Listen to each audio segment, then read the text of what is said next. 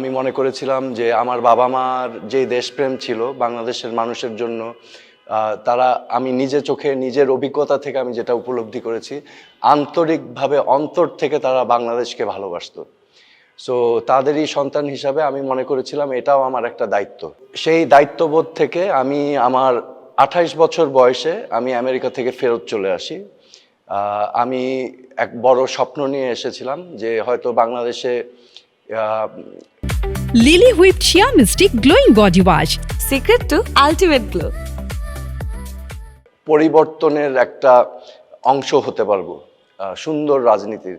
2001 সালে যে আওয়ামী লীগের ভরাডুবি হয়েছিল এবং বিএনপি জামাত জোট সরকার পরবর্তীতে সরকার গঠন করে, এরকম একটা নির্বাচনে যেখানে আওয়ামী লীগের ভরাডুবি হয় আমি জয়লাভ করে এসেছি। তো সেই 5 বছরের অভিজ্ঞতা, যাই হোক, বাংলাদেশের যে পলিটিক্যাল কালচার জঘন্য, নিপীড়ন, অত্যাচার, নির্যাতন, মামলা যা হয় আর কি, যেটা নর্মাল আমরা মেনে নিয়েছি বাংলাদেশের কালচারে, সেই সময় আমি ডিসিশন নিয়েছিলাম আমি আর পলিটিক্স করব না বাংলাদেশে। তো এই ইশতিহার দেখে আমি কিন্তু আবার ফিরে আসি। তখন আমি অনুপ্রেরণা পাই এবং আমি আশান্বিত হয়েছিলাম যে এবার হয়তো চেঞ্জ আসবে, রাইট?